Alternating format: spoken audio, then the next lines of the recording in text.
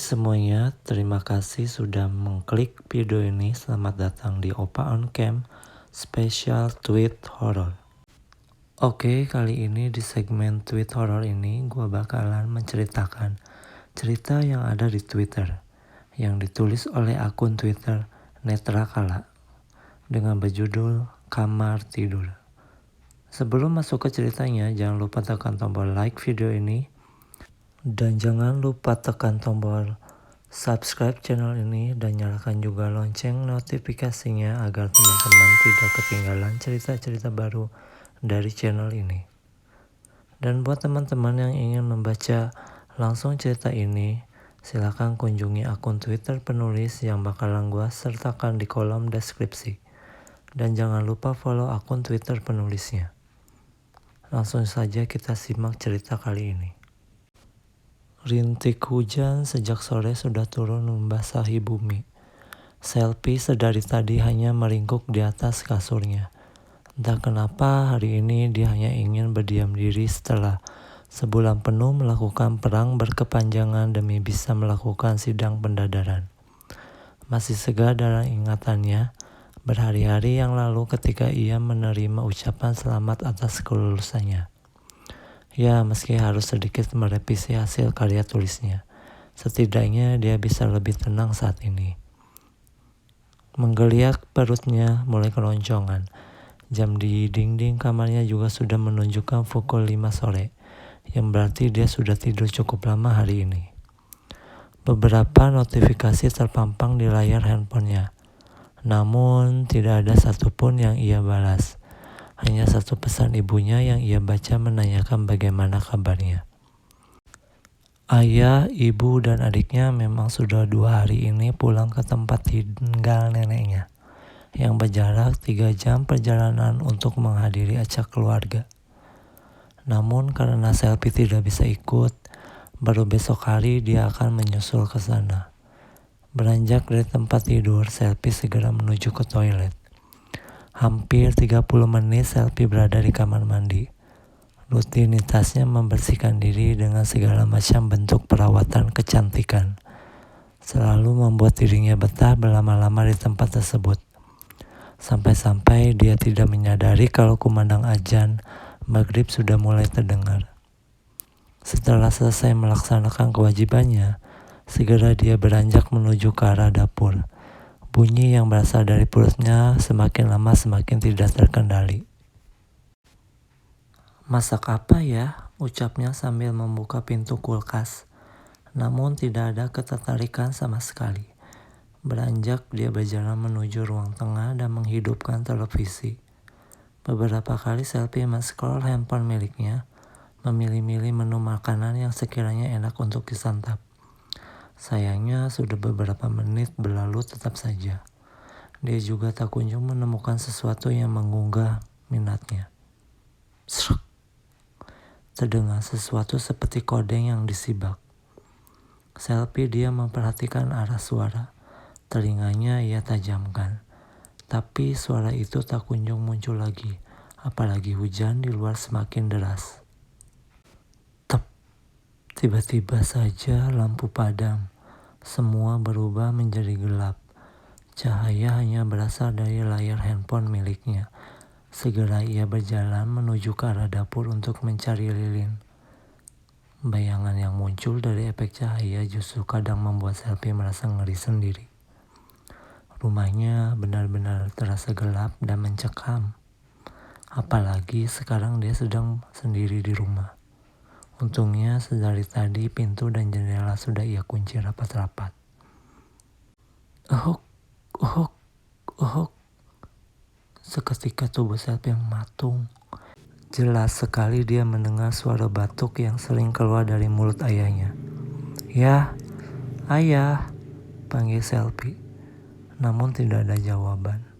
Kini ia mencoba untuk berjalan menuju kamar orang tuanya. Emang ayah udah pulang ya? Batin Selfie keheranan. Dia saat ini tidak memikirkan hal apapun yang berbau mistis. Memang Selfie sendiri tidak begitu percaya dengan hal-hal semacam itu. Ya, panggil Selfie. Selfie membuka pintu kamar orang tuanya, mengedarkan cahaya yang bersumber dari handphone ke segala sudut ruangan. Tetap saja ia tidak menemukan seorang pun. Mungkin salah dengar.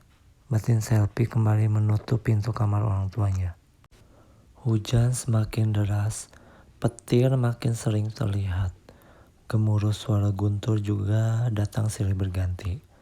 Perasaan Selfie mulai tak tenang. Niatnya untuk membeli makanan sudah hilang sedari tadi. Lilin yang dicarinya pun tak kunjung ketemu. Kini ia sudah berada di kamarnya, pintu sudah ia kunci rapat-rapat. Geledak. Aduh, bilang Selfie karena mukanya kejatuhan handphone. Dia kaget dengan suara benda yang jatuh dari arah luar kamarnya. Tapi kali ini Selfie tidak berani melihat. Dia hanya diam.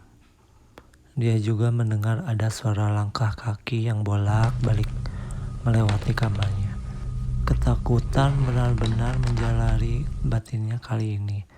Dia takut ada maling yang sudah masuk ke dalam rumahnya. Perlahan dia bangkit. Sebisa mungkin tidak menimbulkan suara. Setelah sampai di pintu, segera ia tempelkan telinganya. Tidak terdengar suara apapun. Hanya suara hujan yang masih turun dengan deras. Cukup lama Selfie berdiri mendengarkan hingga dia memutuskan untuk kembali ke tempat tidurnya. Baru saja dia merebahkan tubuhnya di kasur, suara itu kembali muncul. Suara langkah kaki yang bolak-balik melewati kamarnya.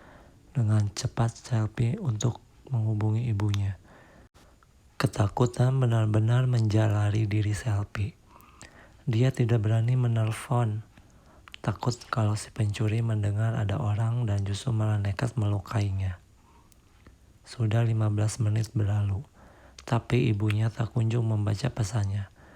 Bahkan dia juga sudah menghubungi ayah dan ibunya. Tapi tetap saja sama. Mungkin mereka sedang sibuk dengan acara yang ada di sana. Suara di depan kamar Selfie semakin gaduh. Beberapa kali dia mendengar orang berbisik-bisik. Kerak, kerak, Selfie tersentak. Handle pintu mulai bergerak naik turun, menandakan ada orang yang sedang membuka pintu kamarnya. Selfie terus berdoa memohon keselamatan. Matanya terus terpejam, tubuhnya bergetar hebat. Entah berasal dari mana, angin dingin juga mulai terasa melewati Selfie. Padahal hujan sudah mulai reda dan jendela juga sudah ia tutup rapat-rapat. 10 menit sudah berlalu. Tiba-tiba saja lampu kembali menyala. Ada perasaan lega yang muncul. Selfie juga sudah mengabari temannya untuk meminta pertolongan. Karena dirasa sudah aman, Selfie nekat membuka pintu kamar. Baru dia mau melangkah, tubuhnya kembali tersentak. Selfie kaget melihat depan kamarnya begitu kotor dengan bekas telapak kaki. Sisa-sisa tanah juga masih berhamburan di sana. Tapi anehnya bekas kaki itu seolah tiba-tiba saja muncul tepat di depan kamar Selfie. Dia menoleh pandangan mengitari sekitar. Tidak ada bekas kaki yang menuju bahkan menjauh dari kamarnya. Seketika Selfie merasa merinding hebat. Dengan cepat dia kembali menutup pintu kamar dan kembali duduk di atas keranjang. Ayo angkat dong angkat, ucap Selfie panik. Mencoba menelpon Nonik sahabatnya. Iya ini lagi di jalan, hujan deras banget. Sebentar lagi sampai. Terdengar suara voice note yang dikirimkan Nonik. Sekali lagi Selfie mencoba menelpon tapi tetap saja tidak ada jawaban. Duk, duk, duk. Mata Selfie terbelalak. Ada sesuatu yang sedang menendang-nendang di bawah kasurnya. Dia tidak berani bergerak sama sekali. Bingung apa yang sebenarnya sedang terjadi. Tanpa terasa air matanya meleleh membasahi pipinya. Tok tok tok. Assalamualaikum, Selfie. Sel. Terdengar jelas di telinga Selfie suara ketukan dan panggilan dari arah luar. Dia tahu persis milik siapa suara itu. Segera tanpa pikir panjang dia langsung berlari menuju arah suara. Melihat Nonik berdiri di depannya, Selfie segera memeluk dan menangis sesedu-sedu, menceritakan kejadian yang ia alami. Sedang Nonik yang tidak begitu percaya langsung meminta Selfie untuk menunjukkan di mana ia melihat bekas langkah kaki itu. Namun, saat mereka sudah sampai di depan kamar milik Selfie, betapa herannya dia, lantai itu benar-benar bersih. Tidak ada satupun kotoran yang ada di sana. Selfie benar-benar bingung. Dia sampai bersumpah benar-benar melihat kalau ada bekas langkah kaki yang begitu kotor. Nonik yang sedari kecil sudah berteman dengan Selfie hanya bisa menenangkan temannya itu. Menit berganti jam. Selfie sudah tertidur. Tadi dia minta untuk ditemani sampai pagi. Tapi Nonik sendiri harus menjaga ibu dan adiknya yang sedang sakit. Alhasil karena Selfie juga tidak tega, dia meminta Nonik untuk menemaninya sampai tertidur. Selfie merasa ada sesuatu yang membelai rambutnya. Dia pikir itu adalah Nonik, karena dari tadi temannya itu juga duduk di ranjang yang sama. "Apaan sih, Nik? Geli tahu?" ucap Selfie sambil bergerak menunggangi Nonik. Spontan Selfie buka handphone miliknya. Beberapa notifikasi dari orang tua dan adiknya. Namun, ada satu notifikasi yang membuat dirinya berdebar. Pesan itu berasal dari Nonik. Dia bilang kalau dirinya sudah sampai rumah. Batin Selfie mencelos. Kalau Nonik sudah pulang, jadi siapa yang membelai rambutnya saat ini? Selfie kembali panik. Dia tidak berani menoleh sama sekali. Gerakan tangan yang membelai rambut miliknya terasa semakin kuat. Bahkan beberapa helai rambut juga mulai tersangkut di jari-jari milik entah siapa itu. Membuat Selfie sedikit menyengir menahan perih. Selfie terus menangis, batinnya terus berdoa memohon pertolongan. Dia benar-benar bingung. Selama 21 tahun tinggal di tempat ini, dia tidak pernah sekalipun menemui kejadian horor. Apa yang sebenarnya terjadi?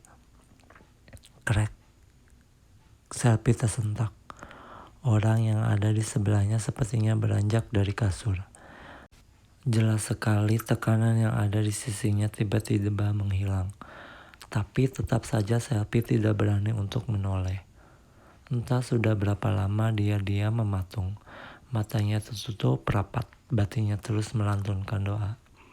Akhirnya setelah merasa yakin bahwa sosok yang ada di sebelahnya telah pergi, dengan perlahan Selfie menoleh. Sial, dia tertipu. Jantungnya terasa mau lepas.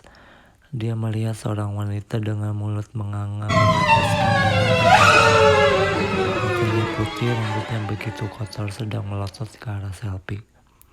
Selfie berteriak sejadi-jadinya, namun tangan si wanita itu kini membekap mulut Selfie. "Ojo berisik, Du. Wes bengi. Turu,"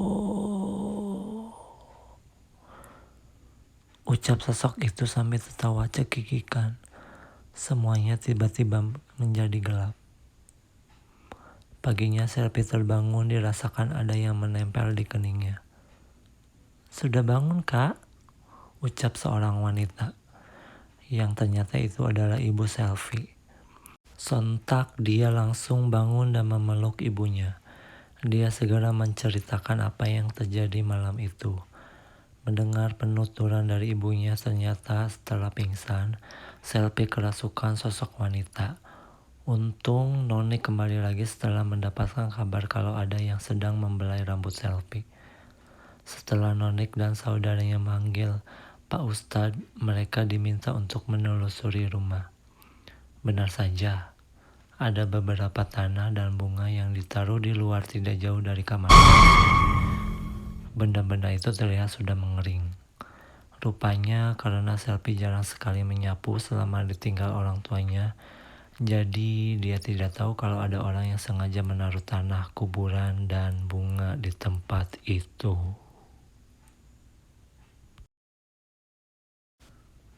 Terima kasih sudah mendengarkan cerita kali ini. Kalau teman-teman punya cerita atau pengalaman pribadi bisa kirim ke email di bawah ini. Jangan lupa like, komen, dan share. Dan jangan lupa subscribe channel ini. See you di next video. Wassalamualaikum warahmatullahi wabarakatuh.